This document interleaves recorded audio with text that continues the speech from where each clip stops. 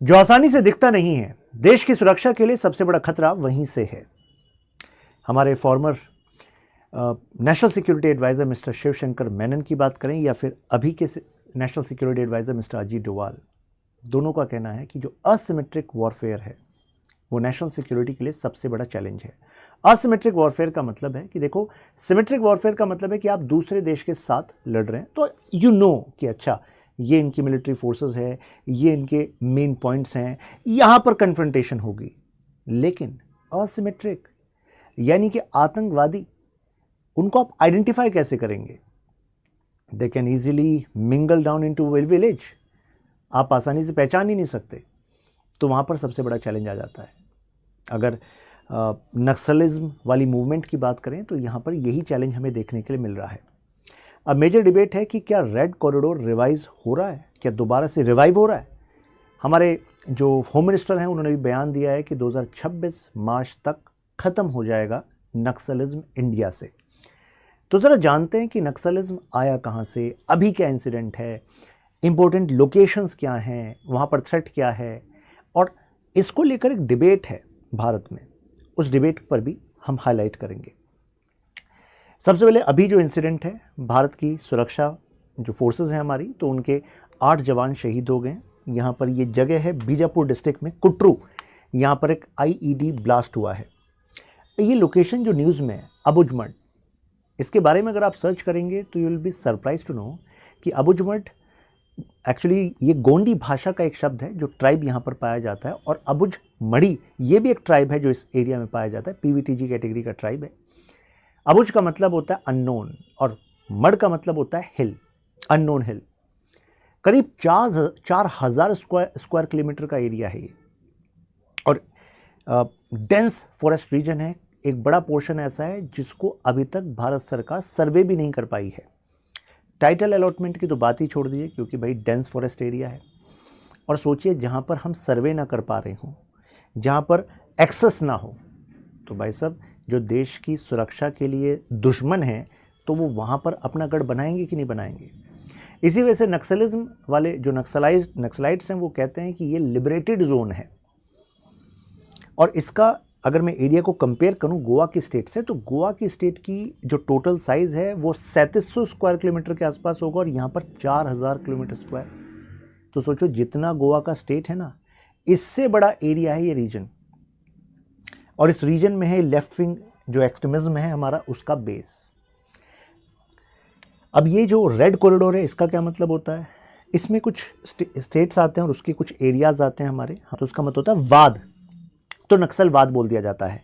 Maoism, माओवाद, ये माओ जो चाइना के लीडर हुए हैं माओ जेडोंग, उन्हीं के नाम पर पड़ा है, जिनका मानना था कि कम्युनिस्ट जो रिवोल्यूशन है that is necessary for the empowerment of worker peasant class.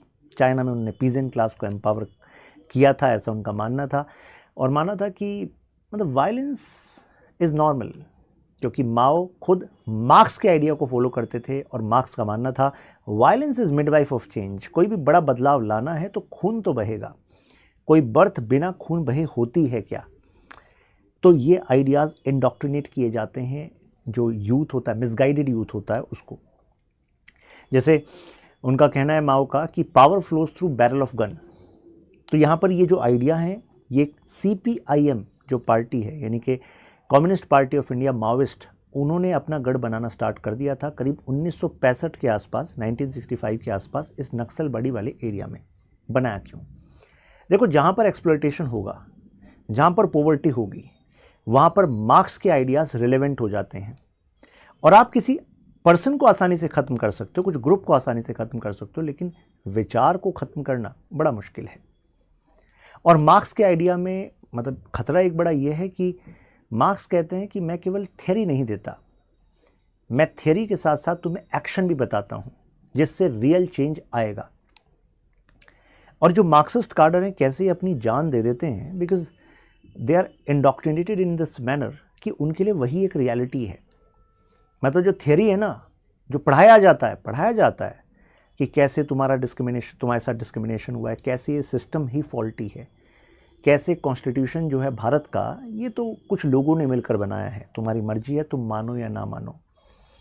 ना मानो तो भलाई है, क्योंकि इसी से तुम जो डिप्राइव्ड सेक्शन है तुम्हारा सोसाइटी का, जिसके साथ एक्सप्लॉयटेशन होता ही रहेगा, उसको तुम ऊपर उठा सकते हो। ये जो गवर्नमेंट है ये हमेशा कैपिटलिस्ट क्लास यानी कि पूंजीवादी वर्ग, यानी कि जो इंडस्ट्रियलिस्ट वर्ग है, ये तो केवल उसी के हिसाब से चलेगी, तुम्हारा केवल एक्सप्लॉयटेशन होगा।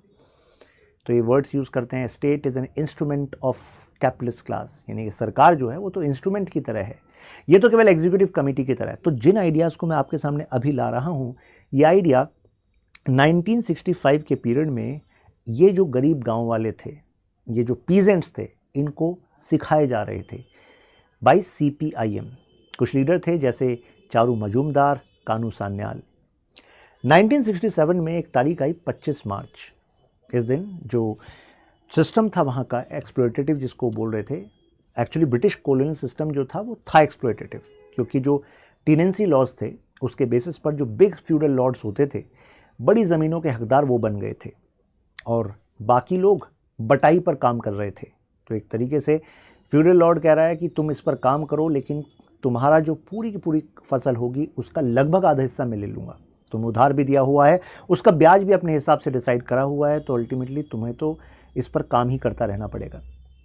तो एक तरीके से इलीगली आप उसके लैंड को भी कैप्चर कर ले रहे हो उस गरीब किसान के। तो ऐसे एक गरीब किसान था, उसका लैंड जो है, उसकी ज़मीन को हथिया लिया था एक बड़े साहूकार ने। तो 25 मार्च 1967 को जब वो किसान अपनी उस ज़मीन पर काम करने गया, तो जो बड़े साहूकार थे, लैंडलॉर्ड थे, उन्होंने कुछ लोगों को बुलाकर उसको पीट दिया। अब ये एक मोमेंट मिल गया इस CPIM ने जो इंडोक्ट्रिनेट किया था, जो अब तक पढ़ाया था कि देखो तुम्हारा शोषण होता रहेगा, कोई तुम्हें बचाने नहीं आएगा, ये पुलिस तो मजबूत वर्ग के साथ है, सरकार मजबूत वर्ग के साथ है।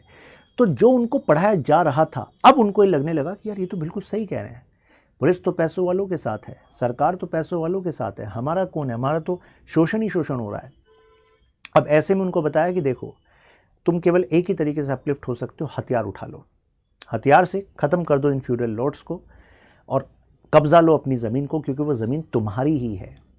तुम गरीब अपनी नियति के कारण नहीं हो, धर्म के कारण नहीं हो। जो धर्म ने अगर तुम्हें बताया हो कि तुम पूर्व जन्म में तुमने कुछ पाप किए थे, इस वजह से तुम आज ऐसे हो, ऐसा कुछ नहीं है। तो जो पार्टी है वो समझा रही है कि एक्चुअली रिलीजन क्या है। मार्क्स कहते हैं religion is opium of masses. ये तो अफीम की तरह है, ये तुम्हें नशा दे दिया जाता है अफीम का कि देखो पुराने जन्म के तुम्हारे कर्म हैं, इस वजह से तुम ये दुख भोग रहे हो, और वो जो अमीर है उसका कुछ अच्छे कर्म होंगे, इस वजह से वो अमीर है। तो यहाँ पर CPIM उनको बता रही थी नहीं, ऐसा नहीं है, वो अमीर इस वजह से अमीर है क्योंकि इसी जन्म में उसने कुछ ऐसी पॉलिसी सरकार के साथ साठगांठ करके बना रखी है, कंटिन्यू करा रखी है, जिससे तुम्हारा नुकसान हो रहा है। तो मुद्दा कोई अदर वर्ल्ड ही नहीं है, मुद्दा इसी दुनिया का है और इसी दुनिया में बदला जाएगा। कैसे बदला जाएगा? हथियार के थ्रू। अब इसके बाद नक्सलबड़ी से जो आग लगी, उसके बाद वो बढ़ती चली गई और बढ़ती बढ़ती फिर वो वेस्ट बंगाल से बिहार, फिर उस समय तो बिहार झारखंड एक ही होता था, आज के समय में झारखंड, मध्य प्रदेश का हिस्सा जो बाद में छत्तीसगढ़ बन गया, और ऐसे बढ़ते बढ़ते वो आने लगी। ये देखिए इस रीजन में, ये पूरे इस रीजन में बढ़ने लगी। महाराष्ट्र भी आ गया चपेट में, आंध्र वाला रीजन भी आ गया चपेट में आ गया। अब इसके बाद 1960s, क्योंकि मैं 1967 की बात की, अब जो 1970s का जो शुरुआती वाला पीरियड था, इसमें हमारे पॉलिटिकल डिस्कोर्स में, आसान भाषा में कहूँ तो नेशनल पॉलिटिक्स में भी एक यू कैन से एक टर्मोइल आ रहा था। कारण कि जिन लीडर्स ने, जिन टॉप लीडर्स ने देश को आज़ादी दिलाई थी, विजनरी लीडर्स, अब उसमें से कितने लोग तो चले गए थे और जवाहरलाल नेहरू जी की भी डेथ हो गई थी। उसके बाद कमान जब इंदिरा गांधी जी के हाथ में आई, तो आपने सुना होगा कि उस समय नेहरू जी के साथ के जो कई लीडर्स थे, उन्होंने भी अलग रास्ता अपनाने की कोशिश करी। तो ऐसे में एक पॉलिटिकल डिस्कोर्स में एक चैलेंज था कि भाई जो कांग्रेस है वही अंतिम सॉल्यूशन नहीं है, कुछ और भी हो सकता है। आरोप भी लगने लग रहे थे कि अरे ये शोषण कर रहे हैं, एक्सप्लॉयटेशन कर रहे हैं, डिक्टेटरशिप की तरह कर रहे हैं। अब ये जो वर्ड्स थे, ये वर्ड्स इंडिया की पॉलिटिकल डिक्शनरी में ये पॉपुलर होने लगे थे उस एग्जीक्यूटिव के लिए, यानी कि उस इन पोजीशंस के लिए जिन पोजीशंस को हाईली रेवर किया जाता था इंडिया में। क्योंकि भाई माना जाता था कि भाई INC जो है, इंडियन नेशनल कांग्रेस जो है, मतलब वो लेगेसी कैरी फॉरवर्ड कर रही थी इंडियन फ्रीडम स्ट्रगल की, उसका एक एडवांटेज उस समय की एग्जीक्यूटिव को, यानी कि जो सरकारें थी, उसको मिलता था।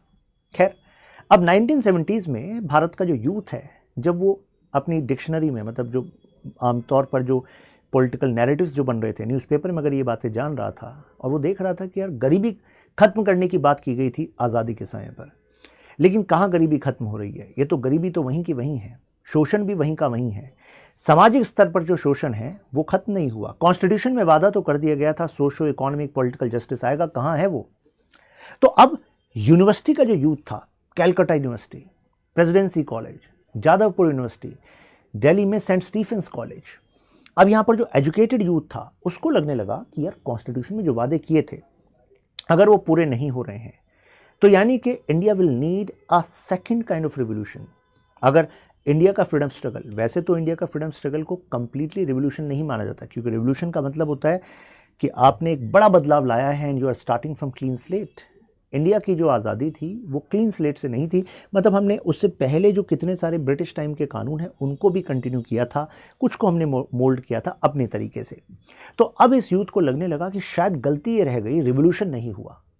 अब ये मॉडल को कोट करने लग गए चाइना के, कहने लगे कि देखो वहाँ माओ ने कहा था कि you have to start from clean slate, you have to bring revolution, and this revolution is not just in politics. Revolution लाना पड़ेगा एकेडमिक्स में, रिवोल्यूशन लाना पड़ेगा सोसाइटी में, फैमिली में, मतलब क्योंकि फैमिली से ही शुरू होता है आपका यू कैन से, उसको हम वर्ड जो कहते हैं पॉलिटिकल साइंस में कहते हैं पॉलिटिकल सोशलाइजेशन, यानी कि सही और गलत की जो समझ है, सरकार, मुद्दे, आसपास की स्थिति, सेटिस्फैक्शन, डिससेटिस्फैक्शन, जो अपनी फैमिली और अपने कम्युनिटी में आप देखते हो उससे आपकी समझ बननी स्टार्ट होती है, पहला एक्सपोजर आपका वो होता है। तो ऐसे में माओ ने कहा था कि यहाँ तो क्लीन स्लेट से शुरू करना पड़ेगा, यहाँ पर रिवोल्यूशन लाना पड़ेगा। वहाँ तो एक वर्ड यूज़ उन्होंने किया था कि कल्चरल रिवोल्यूशन लाना पड़ेगा, लेट 1000 फ्लावर्स ब्लूम, जिसके जो विचार हैं लाइए, और जिसने जो अपने विचार दिए और लगा कि अच्छा ये तो सब कैपिटलिस्ट के साथ मिले हुए हैं, तो अपनी पार्टी की रेड आर्मी बनाई जिसमें कि स्टूडेंट्स थे और उनसे ही उनको ख़त्म करा दिया। मतलब लोग ही लोगों को मार रहे हैं, क्यों? क्योंकि तुम्हारी डिफरेंट आइडियोलॉजी है, तुम शायद देश के लिए खतरा हो सकते हो, क्योंकि तुम्हारी आइडियोलॉजी में उस फ्रीडम, उस लिबर्टी की बात हो रही है जो पश्चिमी देशों की। इस बेसिस पे लोगों को ख़त्म करना स्टार्ट कर दिया। लेकिन ऐसे वायलेंस को माओइज्म जस्टिफाई करता है, वो कहता है देश के लिए खून बहाना ज़रूरी है, नहीं तो देश इकट्ठा कैसे होगा, महान कैसे बनेगा। अलग अलग एरिया के लोगों को एक साथ लाने के लिए बताना पड़ेगा कि समाज में तुम्हारे लिए खतरा क्या है, फिर उनसे जब हम कलेक्टिव एक्शन करा लेंगे, वायलेंस करा लेंगे, तो ऐसे में now they have done something, now they can not go back. Now theory और प्लस एक्शन वाली जो बात है वो सिद्ध हो चुकी है, इन्हें समझ में भी आ चुका है और इन्हें कुछ कर भी दिया है। So it will work as a, you can say, binding force for the nation. That is what Mao Zedong was saying. अब ऐसे ही आइडिया इंडिया में पेनिट्रेट होने लगे थे, और यहाँ पर जो हमारा यूथ था 1970s का, उसको लगने लगा था कि अब यहाँ पर भी कुछ ऐसा ही बदलाव लाना पड़ेगा। तो इससे एक बिग पुश किसको मिल रहा था? कम्युनिस्ट पार्टीज़ को मिल रहा था, माओइस्ट पार्टीज़ को मिल रहा था। उन्होंने कहा, जैसे ये देखिए लीडर जो थे इनके, यहाँ पर चारू मजूमदार, ये कह रहे हैं कि यूथ ये समझ लो कि जो भी क्लास का एनिमी है, क्लास का एनिमी का मतलब है जो भी पुअर क्लास का एनिमी है, हर एक वो देश का मतलब हर एक को ख़त्म करना होगा। मैंने बीच में देश वाली बात पर एक पॉज किया, आपने अगर ध्यान दिया हो, उसका कारण है क्योंकि जो मार्क्स का आइडिया है वो तो नेशनल बाउंड्रीज़ को ही नहीं मानता। वो कहता है कि पूरी दुनिया में हमें पूरी दुनिया में ही कम्युनिज्म लेकर आना है, जबकि जो माओ थे, जो थे उनके ही शिष्य एक तरीके से, मतलब उसी आइडिया को फॉलो कर रहे थे। लेकिन माओ जो हैं वो इस चीज़ में ज़्यादा क्लेवर निकले। माओ ने कहा कि भाई दुनिया भर की जिम्मेदारी अपनी नहीं है, अपनी जिम्मेदारी अपने देश की। तो उन्होंने नेशनलिज्म का भी इस्तेमाल किया चाइना के रिवोल्यूशन में, चाइनीज़ कम्युनिस्ट पार्टी में। और इसका एक मैं आर्गुमेंट आपको दे देता हूँ। माओ was actually very much inspired from one leader of China who was Sun Yat-sen। तो सुन यत सेन ने कहा चाइना को एक करना है, स्ट्रॉन्ग करना है, कम्युनिस्ट रिवोल्यूशन लाना है। तो यानी कि वो नेशनलिज्म का इस्तेमाल कर रहे थे। लेकिन मैं इस बात को इसलिए हाईलाइट करूं कि हमारे यहाँ पर जो सो कॉल्ड कम्युनिस्ट पार्टी के लीडर थे, नॉट जस्ट CPIM, ये तो वो हैं जो माओइस्ट हैं ही, इसके अलावा भी ऐसे लोग थे, जब इंडिया चाइना का वॉर हुआ तो they were very much hurt, not because India face the setback, they were hurt कि इंडिया ने चाइना के साथ वॉर क्यों किया, करना नहीं चाहिए था, माओ की धरती है वो तो देखो जस्टिस की धरती है, जस्टिस की धरती है वो, मतलब अपने देश के खिलाफ हो रहे हैं, क्यों माओ की धरती है। अरे भाई साहब, माओ खुद नेशनलिज्म को फॉलो कर रहा है, तुम नेशनलिज्म को डिवॉल्व कर रहे हो, तो तुम तो आइडियोलॉजिकली भी बैंकरप्ट हो इस वाले पॉइंट पे, तो है कि नहीं।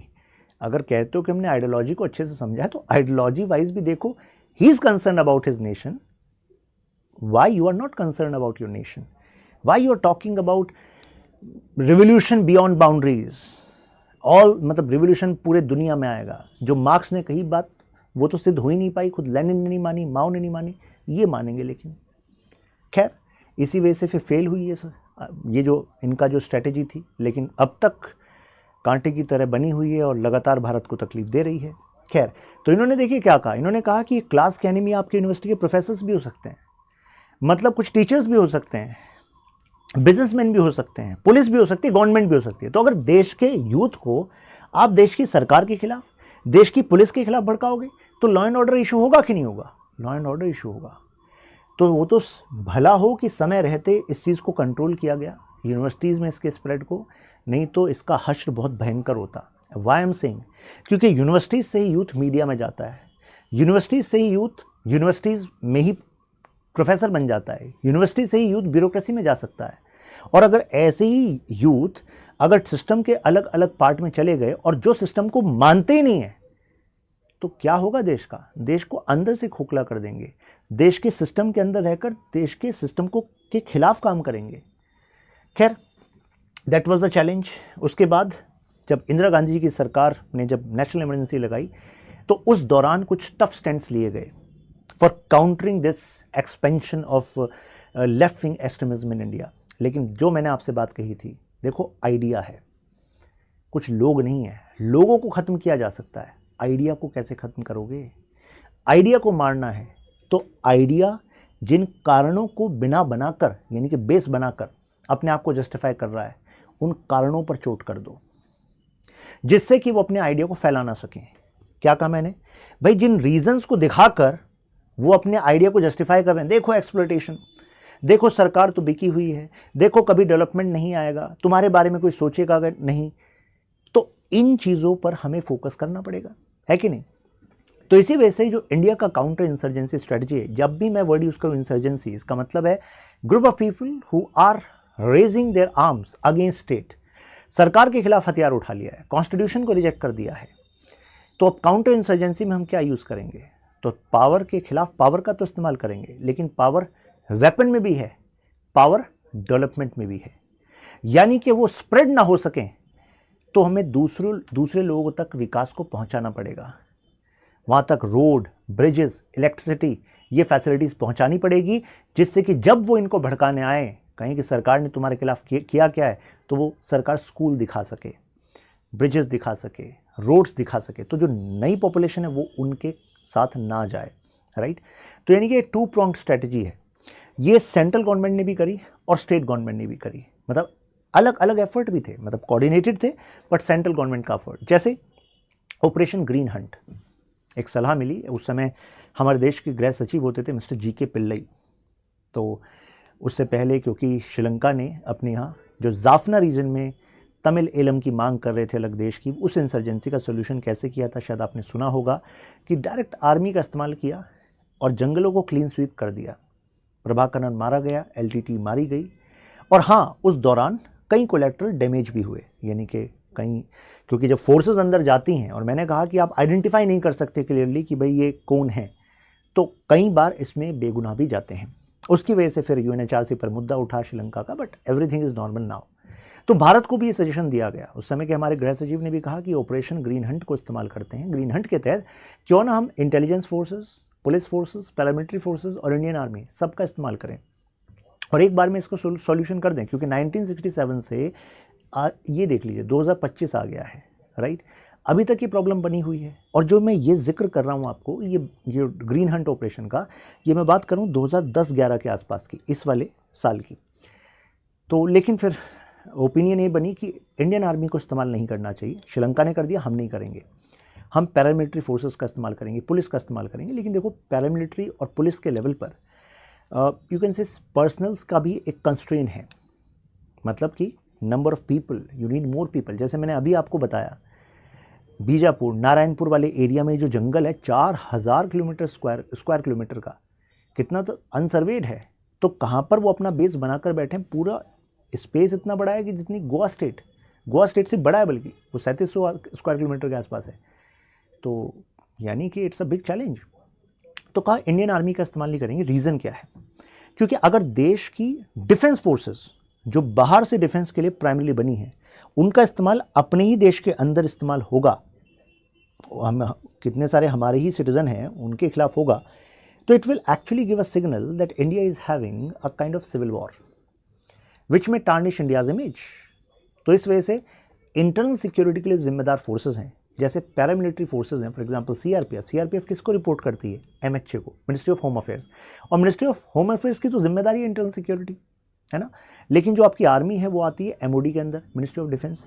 तो फाइनली उस समय जो ऑपरेशन ग्रीनहंट चलाया गया, तो उसमें डायरेक्टली इंडियन आर्मी एंगेज नहीं हुई, लेकिन इंटेलिजेंस और टैक्टिकल सपोर्ट के लिए, स्ट्रेटजी सपोर्ट के लिए इंडियन आर्मी आगे आई, वहाँ उनका सपोर्ट लिया गया। इसके अलावा हमारी सीआरपीएफ, पुलिस, इनका इस्तेमाल किया गया। लेकिन तब भी इतने सारे एरियाज़ में ये अपना बेस बनाकर बैठे रहे। मतलब कुछ कम तो हुआ, जैसे महाराष्ट्र में ह्यूज सक्सेस मिला, आंध्र प्रदेश में ह्यूज सक्सेस मिला, कई एरियाज़ में मिला, लेकिन छत्तीसगढ़, झारखंड, बस्तर, दंतेवाड़ा, ये कितने सारे ऐसे रीजन थे जिस पर ये बेस बनाकर तब भी बैठे रहे, क्योंकि डीप जंगल है। सरकार ने हालांकि electrification, employment generation, education, road connectivity ये तो स्टार्ट करा ही। स्टेट गवर्नमेंट ने क्या करा, जैसे सलवा जुडुम, इस पर काफ़ी डिबेट भी होती रही कि सलवा जुडुम को गलत किया, नहीं बनाना चाहिए था। लेकिन सलवा जुडुम है क्या? तो सलवा जुडुम वहीं के लोकल ट्राइबल कम्युनिटी के लोग हैं, जो उनमें से कई लोग पुराने नक्सलाइट भी हो सकते हैं, कुछ लोग नक्सलाइट से परेशान हैं। तो सरकार ने कहा कि तुम्हें कुछ ऑनोरियम पर एक छोटा अमाउंट दे देंगे, तुम्हें ट्रेनिंग देंगे, क्योंकि तुम्हें लोकल टेरेन की नॉलेज भी है, जंगलों की नॉलेज भी है। तो you should also start and fight against these Naxalites for your homeland. भाई घर तुम्हारा भी है ना, इसमें अगर हम डेवलपमेंट के लिए रोड बना रहे हैं, नक्सली उड़ा दे रहे हैं रोड को, आपके हॉस्पिटल्स को, जो प्राइमरी हेल्थ सेंटर बनाते हैं उसको ख़त्म कर देते हैं, आपके स्कूल्स को ख़त्म कर देते हैं। क्यों? क्योंकि डेवलपमेंट पहुंचना नहीं चाहिए इन लोगों तक, क्योंकि ये सिंबल हैं इंडियन स्टेट के, इंडियन कॉन्स्टिट्यूशन के कमिटमेंट के।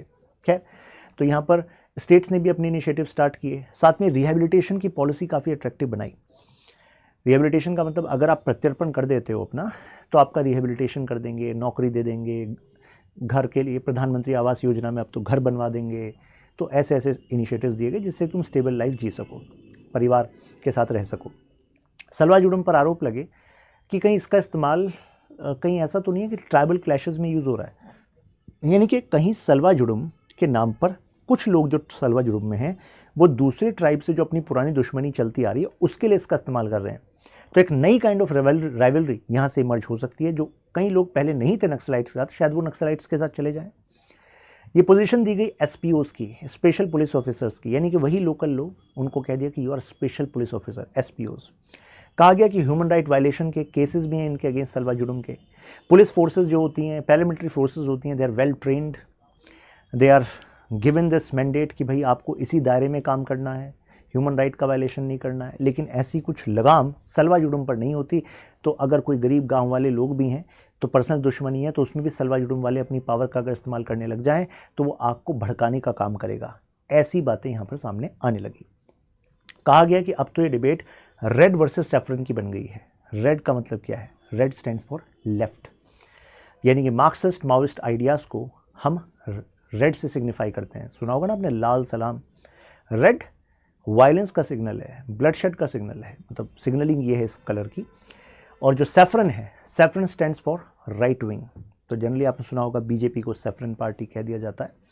तो यानी कि यहाँ पर सैफरन क्यों यूज़ किया जा रहा है? कहा जा रहा है कि यहाँ पर जो अभी की सरकारें हैं वो फोकस कर रही हैं कल्चर, ट्रेडिशन, रिलीजन, और इसके थ्रू, मतलब apart from fighting against naxalites, they are giving this angle as well.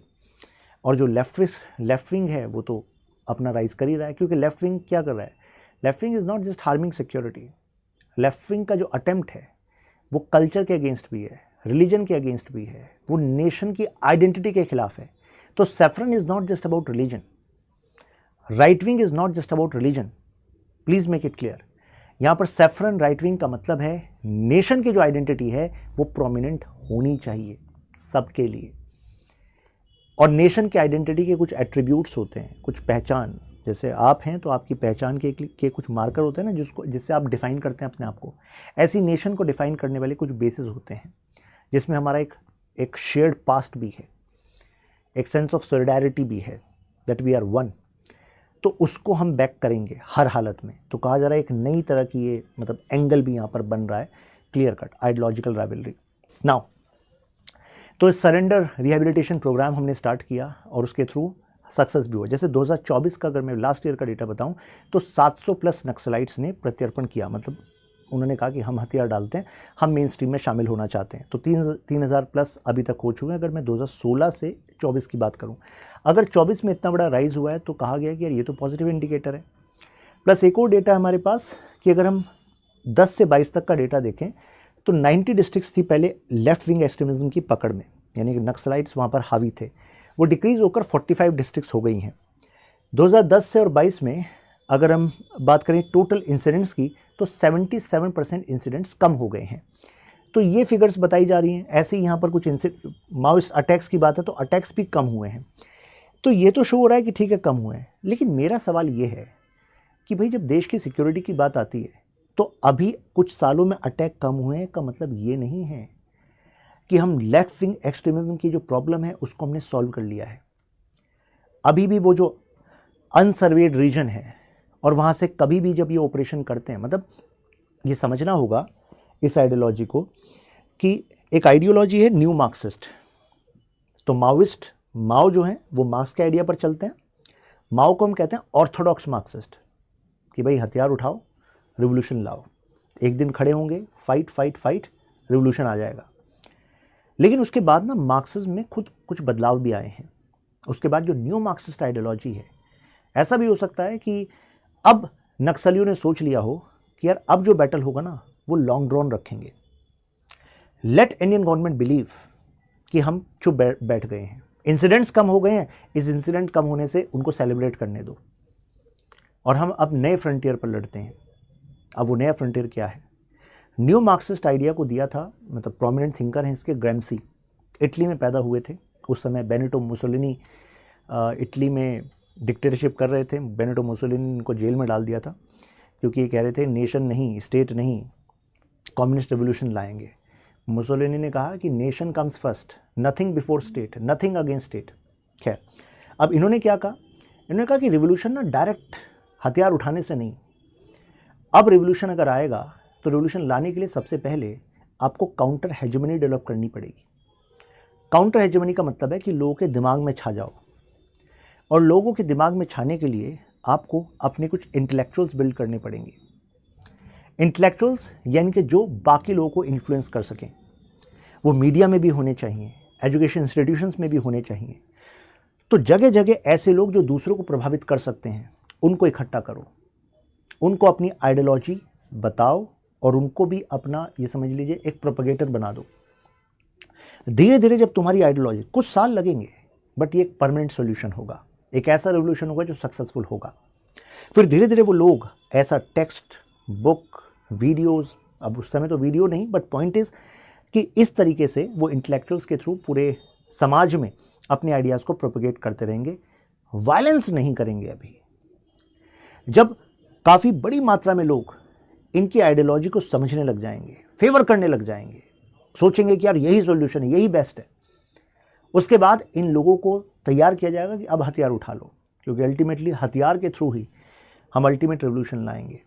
और फिर जो सेकंड स्ट्रैटेजी हो, जो सेकंड स्टेप होगा, उसमें हथियार उठाए जाएंगे। और तब जो सपोर्टर होंगे उनके पास इतनी ताकत नहीं रहेगी। तब स्टेट के पास, गवर्नमेंट के पास ताकत कम होगी और तुम्हारे पास ताकत ज़्यादा होगी, क्योंकि ताकत लोगों से होती है। अगर लोग ज़्यादा हो जाते हैं तो बड़ी से बड़ी ताकतें हिल जाती हैं। कितने रिवोल्यूशंस हमने ऐसे देखे हैं। तो that was the strategy which was given by Gramsci. तो इसी वजह से serious question is, should we celebrate कि इंसिडेंट्स कम हो गए हैं? इंसिडेंट कम होना इज नॉट सक्सेस। अगर 8 जवान शहीद हो रहे हैं या 23 में 10 जवान शहीद हो रहे हैं तो यानी कि प्रेजेंस है, इतनी हिम्मत उनकी है कि वो कर पा रहे हैं।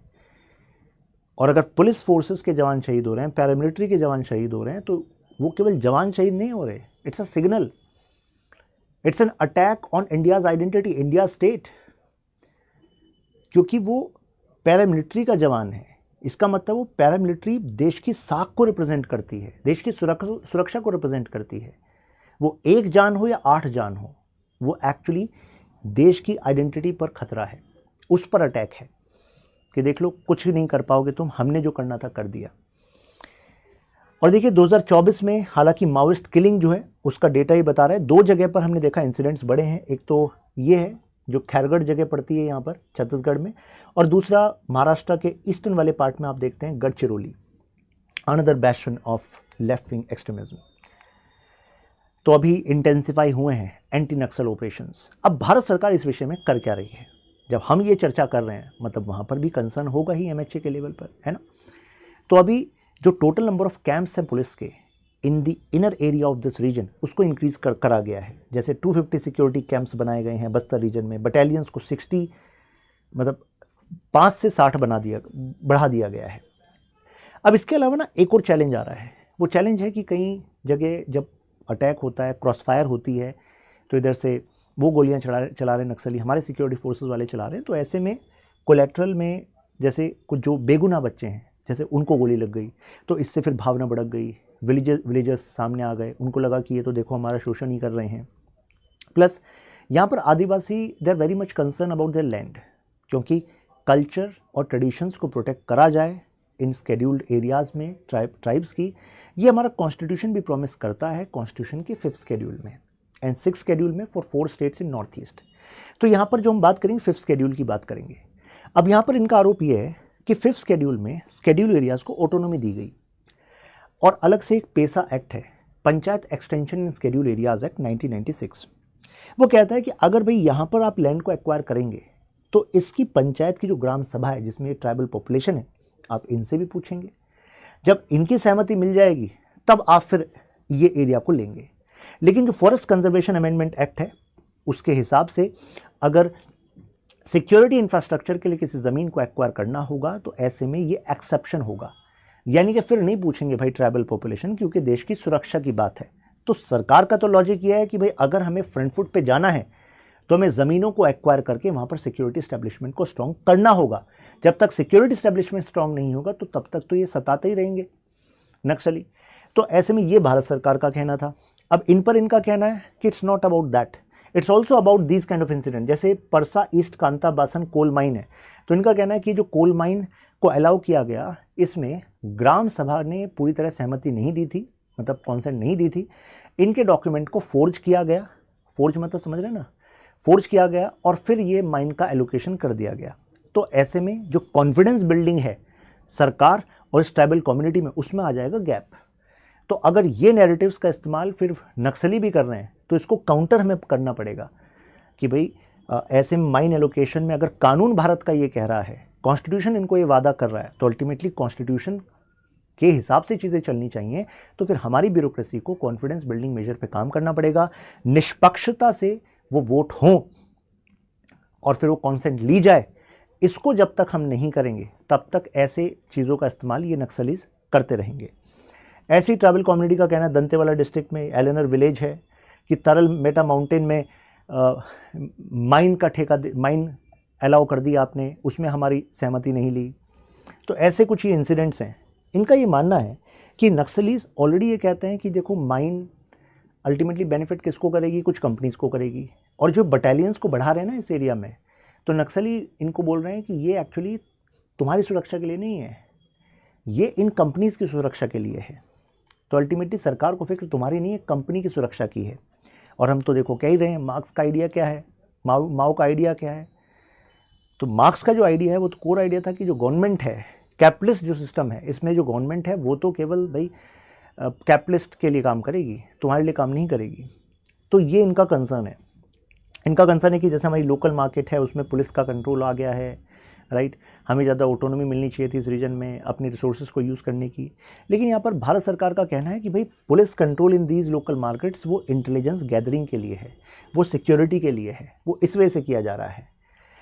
तो अब वेयर गवर्नमेंट हैज़ फेल्ड, तो अब अल्टीमेटली जितने हमें एफर्ट्स करने चाहिए तो to step up our efforts, मतलब पेनिट्रेट आर सिक्योरिटी, मतलब जो सिक्योरिटी इंफ्रास्ट्रक्चर है उसको इन रीजन्स में स्ट्रॉन्ग करना, वहाँ पर एक गैप है।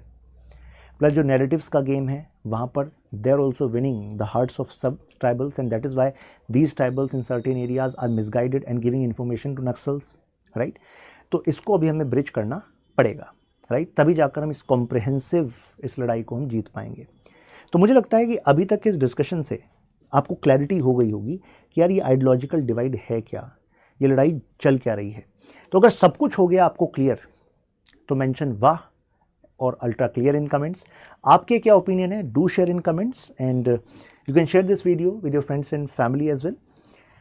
सभी को जानकारी होनी चाहिए भारत के सुरक्षा को कहाँ से खतरा है, क्यों है, क्या हमें करना चाहिए, किसके लिए हमें सजग रहना चाहिए। आप मेरे साथ कनेक्ट हो सकते हैं यहाँ पर Shashank Tyagi for you, Instagram, Telegram. ये क्वेश्चन है जो आपके मेंस में आ सकता है इंटरनल सिक्योरिटी एस्पेक्ट में। Critically examine left wing extremism challenge to India's internal security. तो आई थिंक इस डिस्कशन से आपके पास एक कंटेंट बन गया होगा।